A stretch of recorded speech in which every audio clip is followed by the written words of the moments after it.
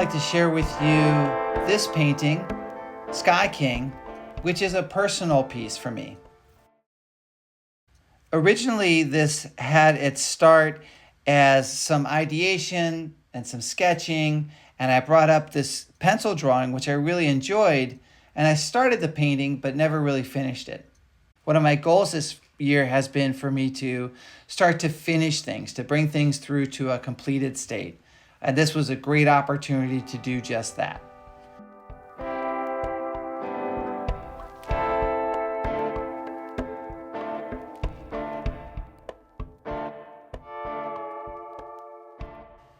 I also created this text. You can see here that I took my original sketch, scanned it in, and used Illustrator to create a custom grid. Then using tracing paper, I could refine the letters. The letters only end up being about an inch high in the final image, but it was still a lot of fun to do. The early process for this piece is based on a prompt, sort of a randomly generated character prompt. And I just take a pen and start writing down ideas, story ideas, associations, etc. And I'm drawing these little characters and heads and things. And I came across this one, which is sort of like a keyhole shape almost. And I really liked that one. But I kept drawing and I came up with stuff like this, which is evidently a floating hairball with a mask on it.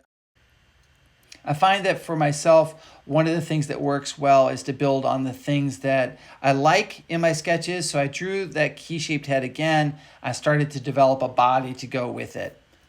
Ended up with this Frankenstein type of body that's all scarred and battered and bruised and everything. The story for this character for me is that it's maybe like a Korean War era pilot who got shot down, but even after being shot down, is still trying to make his way home to his love. And so the only way you could do that right now, I guess, is to ride one of these coin-operated rockets. Some of the things that I really enjoy about doing this piece are all the little details, the character details that go into it. You'll notice the poster behind, which says the sky is the limit. That's one of the details. But then also, too, the patch on the arm. I'm a fan of Rick Griffin and his ink work, and he has a flying eyeball that I really think is cool. So I use that as the flight patch on the side of his arm. The number 23 on the bag is a sort of a lucky number for me, so I put that on there. This section was a lot of fun to paint. What you can't see is off to the side of the camera, there's a large puddle of this sort of blue-gray color that I mixed up. And it was fun to really charge up the brush full of that color and just start laying in that shadow. In my other hand, I've got two other brushes. I have this small brush, which is for creating those little nooks and crannies so that I can get right on the edge of the character. The other brush is just full of clear water.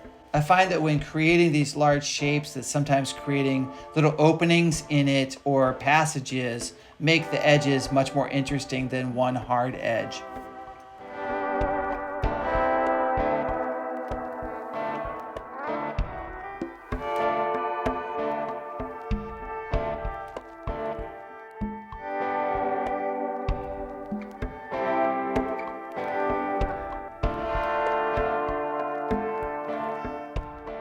It was really fun to create a piece of work just for entertainment purposes. When I was younger and a boy, I would create drawings and work in my sketchbook, not because I thought that I would do it as work or something along those lines, but it was just a way of entertaining myself and having fun and exploring and creating whole worlds and imagining. And this piece helped me to get back in touch with that.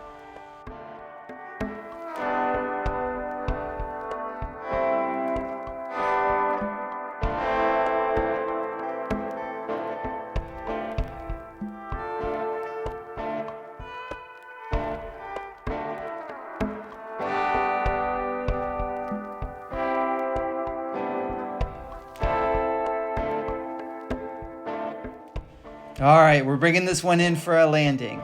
I hope you enjoyed the process and watching the painting come together. I certainly enjoyed making it. If you've made it this far in the video, please consider liking and subscribing to the channel. It does help the channel out as I continue to try and build my audience here.